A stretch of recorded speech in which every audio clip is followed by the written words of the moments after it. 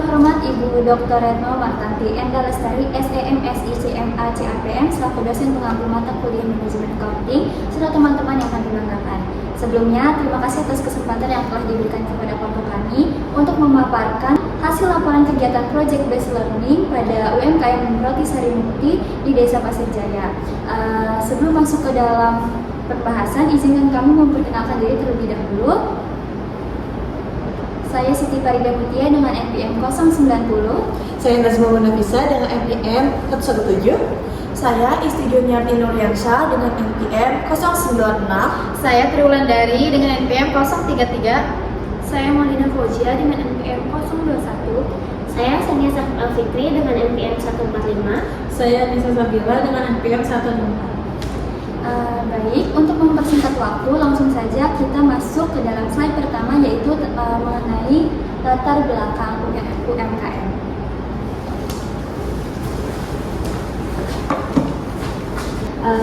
Di sini ada latar belakang mengenai UMKM.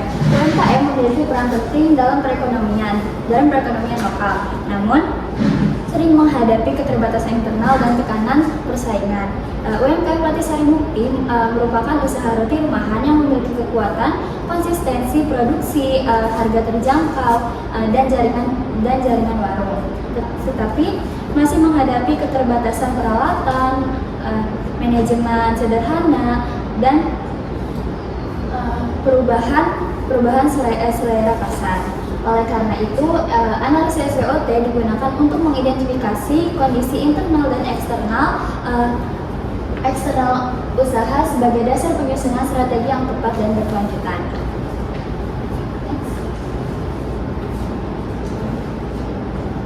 Lalu selanjutnya ini ada UMKM Roti Sari Mukti, juga merupakan usaha roti rumahan yang berperan dalam memenuhi kebutuhan masyarakat sekitar. Dalam menghadapi persaingan dan keterbatasan internal, diperlukan analisis yang tepat melalui analisis SWOT, analisis biaya, serta break-even point untuk mengetahui kondisi usaha dan merumuskan strategi usaha yang berkepanjangan. Di sini itu ada analisis SWOT. Yang pertama itu kekuatannya itu punya rumah produksi dan punya alat sendiri. Jadi proses lebih higienis dan lebih terkontrol. Yang kedua itu ada produksi sekitar 500 roti per hari dengan tenaga kerja yang fleksibel. Yang ketiga itu harga sangat terjangkau sekitar 1.600 dan sistem titip jual kepada warung. Yang keempat itu ada usahanya itu sudah cukup berjalan lama dan terdaftar di UMKM dan memiliki sertifikat halal. Yang selanjutnya itu ada kelemahan. Kelemahannya itu memiliki alat pengembang adonan yang masih belum cukup banyak, yaitu terbatas dan bergantung pada cuaca. Yang kedua yaitu SDM-nya masih menggunakan keluarga, jadi pembagian kerja itu belum optimal. Yang ketiga itu ada pencatatan keuangannya masih manual dan sederhana. Ketiga itu branding, kemasan, dan promosi digital belum maksimal. Selanjutnya itu ada peluangnya di sini. Permintaan roti harian stabil dan diterima oleh semua kalangan. Yang kedua itu semua varian laku dengan harga yang sangat seragam. Dukungan permintaan dan pelatihan UMKM sudah tersedia. Promosi pengembangan produk dan kemasan melalui bazar dan acara UMKM. Selanjutnya di sini ada ancaman persaingan bakery lain dan variasi produk yang lebih menarik.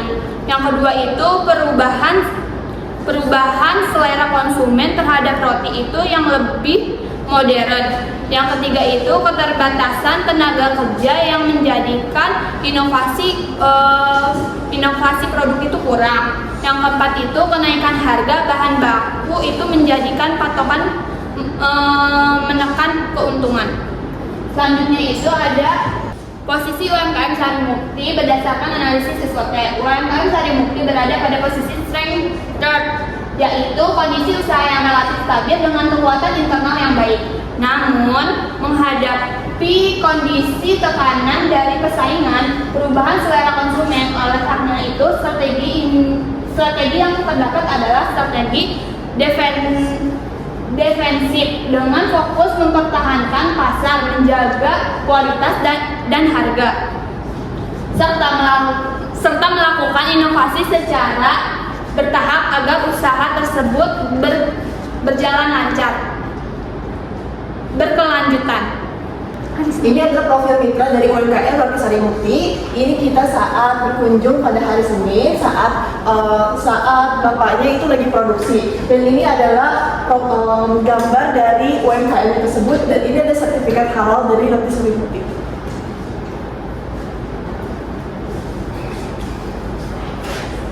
Permasalahan yang dihadapi mitra. Nah, yang pertama itu produksi masih terkendala peralatan. Ya karena bapaknya sendiri bilang ke kami bahwa pengembangan adonan itu masih tergantung oleh cuaca.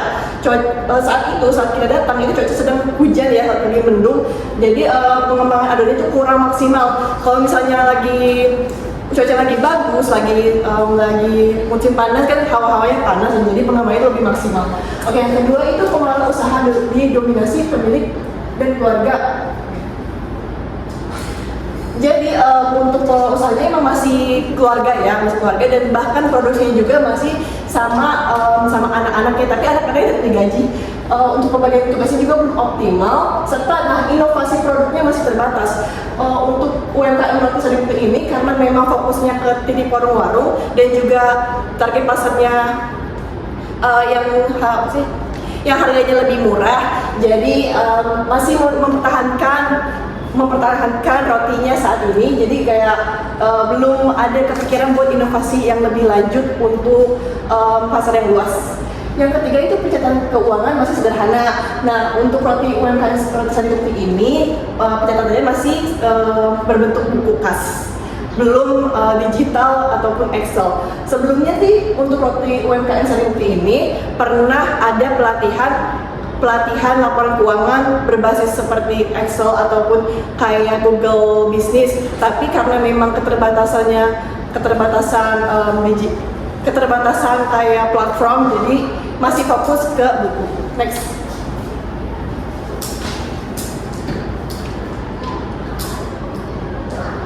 Oh iya, untuk lokasi mitra itu berlokasi di Kampung Pasir Jawa, Desa Pasir Jaya, Kecamatan Cigombong, Bogor. Nah, usahanya itu di lingkungan pemukiman dekat warga, warung-warung sekitar juga. Nah, sebagai pasar utamanya. Nah, untuk kasus yang pernah terjadi, ada yang pertama, penurunan penjualan saat COVID-19.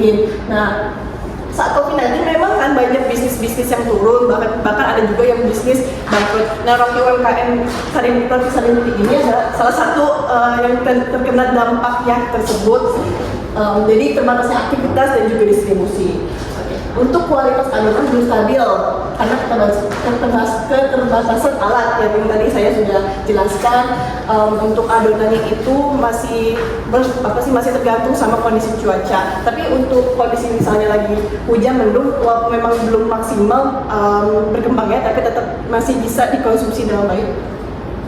Yang terakhir, resiko kerugian dari sistem titip jual jika produk tidak habis terjual. Nah, kan kalau untuk roti UMKM Roti Sari Mukti ini memang ada sistem pre-order juga. Kalau misalnya ada yang mau pesan kayak makanan kayak untuk pesanan tahlilan dan lain sebagainya, tapi lebih fokus dan lebih konsisten itu di warung ke warung. Tapi untuk titip warung-warung ini sistemnya kan kalau misalnya titip warung-warung itu yang rugi itu UMKM-nya, bukan warung-warung yang dititipinnya. Oke, next.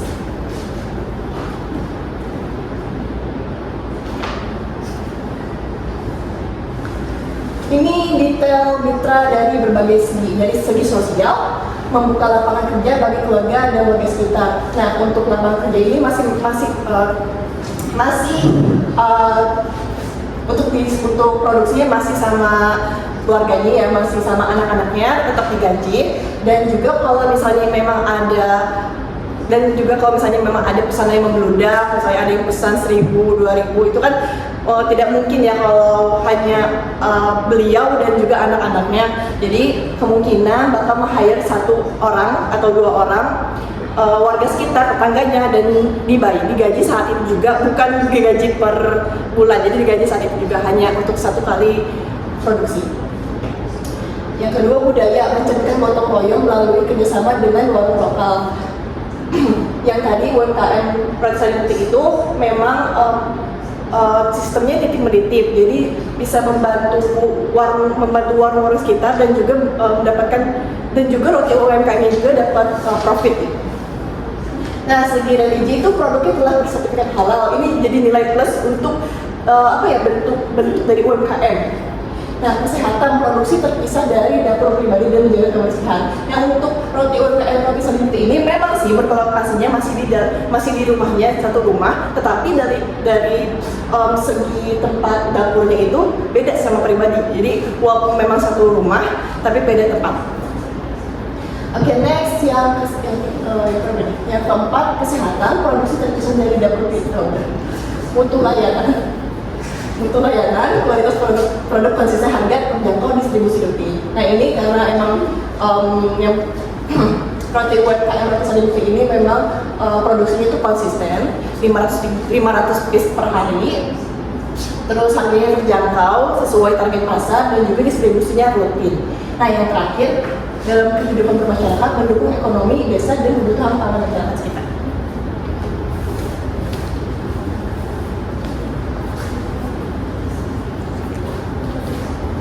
Baik, selanjutnya di sini ada permasalahan mitra. Yang pertama, penentuan permasalahan prioritas.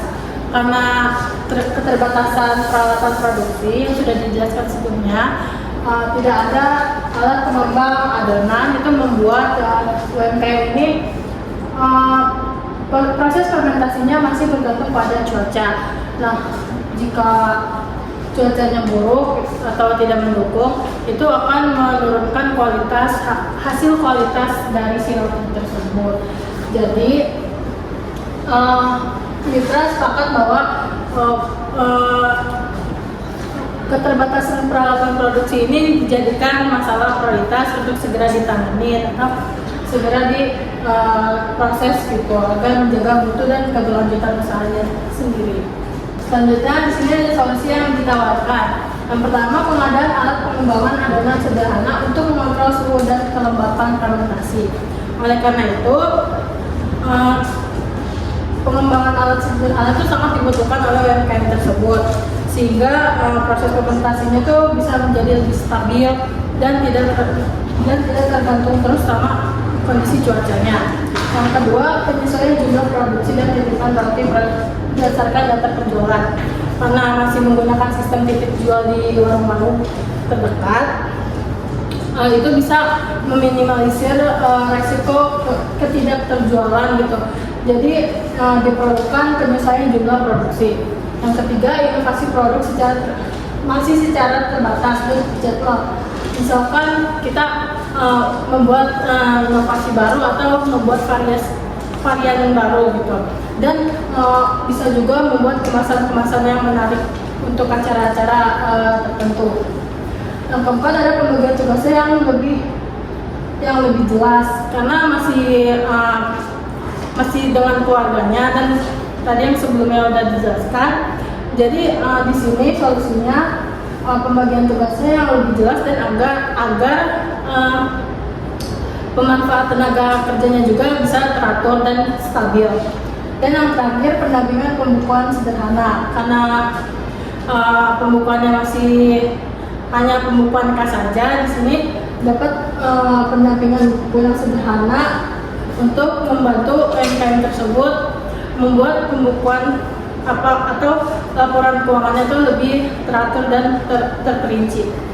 Selanjutnya saya akan menjelaskan BEP, Break Even Point atau titik impas. BEP ini menunjukkan berapa minimal roti yang harus terjual sehingga usaha tidak rugi dan dapat menutup semua biaya.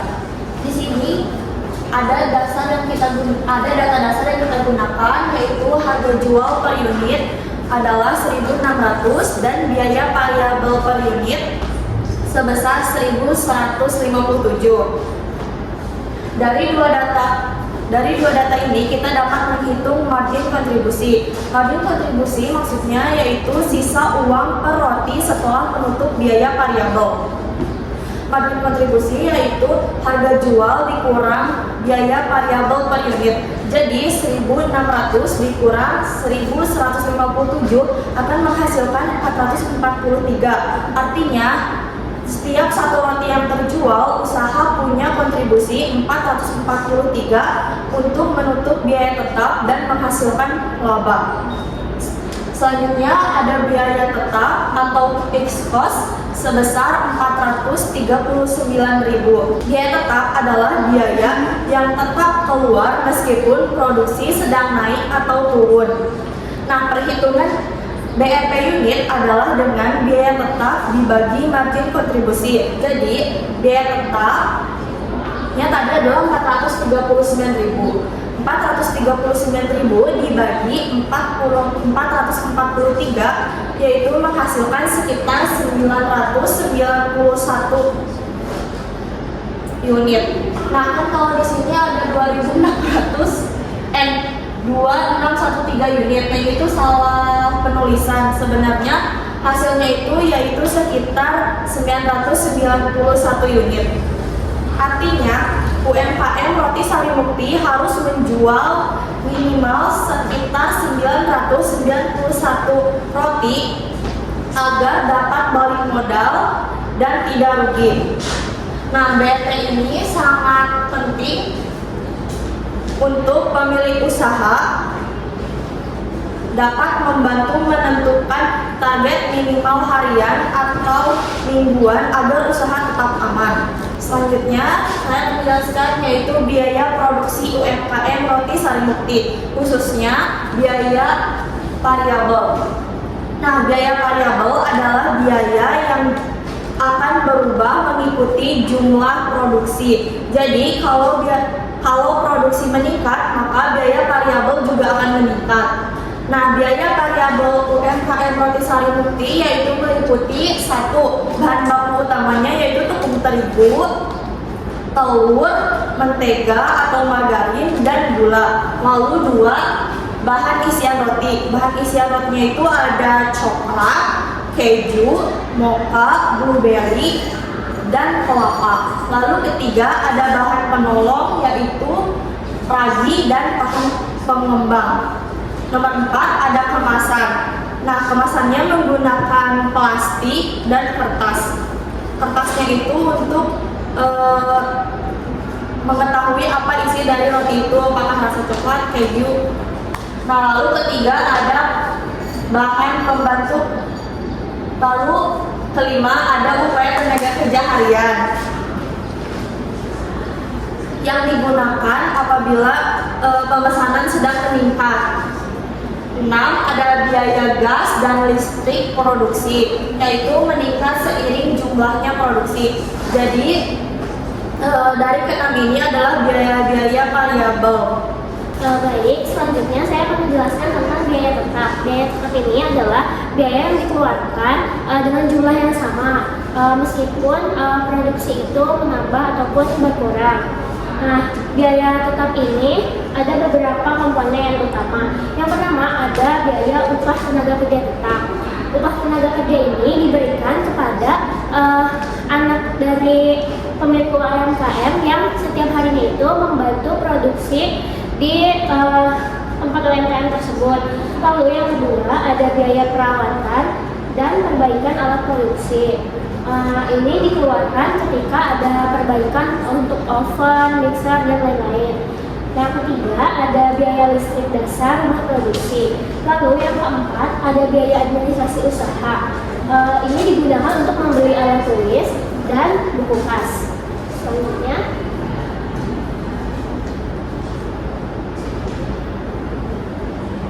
baik, selanjutnya ada tujuan dan wilayah pemasaran produk. Nah, Roti Sarimukti ini memasarkan produknya ke warung-warung kecil dengan sistem titik jual. Nah, sistem ini pemilik usaha itu setiap harinya mengirimkan roti-roti sebanyak 30 atau sampai 40 pieces per warung dan bertanggung jawab atas roti yang tidak terjual. Lalu selain itu penjual juga melakukan penjualan seperti menerima pesanan dalam skala besar, misalnya untuk suatu acara seperti selamatan atau tahlilan. Dan UMKM ini juga sering mengikuti pelatihan UMKM yang diadakan oleh tingkat kecamatan dan sering juga mengikuti bazar-bazar. Nah, tapi untuk UMKM ini pemasaran digitalnya itu belum menjadi fokus utama.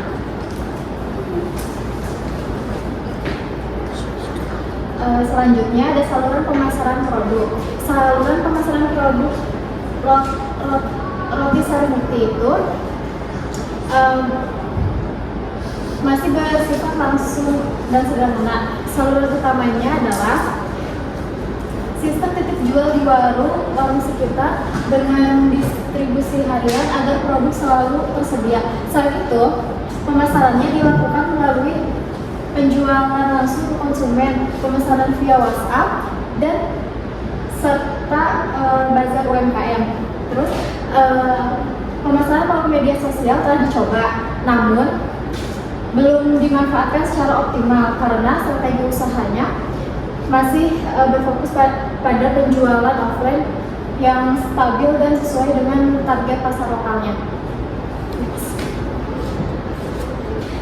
Dan selanjutnya, ini laporan keuangan Roti Sari Mukti yang telah kami lampirkan. Next. Selanjutnya ada dokumentasi. Yang pertama itu ada video kegiatan observasi ke UMKM dan yang kedua video promosi UMKM-nya. Oke, selanjutnya ada kesimpulan. Kesimpulan UMKM dari Roti Sari Mukti ini merupakan usaha mikro yang berjalan stabil dan berkelanjutan dengan keunggulan pada konsistensi produksi, harga terjangkau, serta pengemasan melalui warung lokal. Analisis SWOT-nya menunjukkan kekuatan internal yang cukup baik.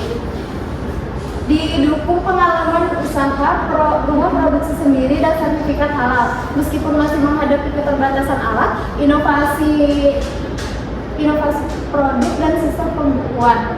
Nah, lalu selanjutnya peluang usaha terbuka mulai permintaan pasar yang stabil dan dukungan pemerintah.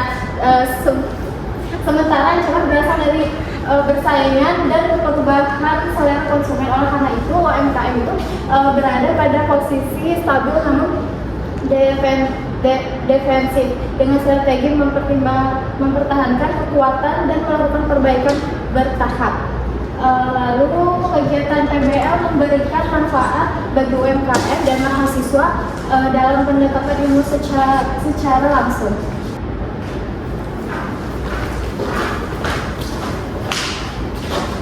Baik, mungkin cukup sekian yang dapat kami sampaikan. Kurang lebihnya mohon maaf. Semoga bermanfaat. Wassalamualaikum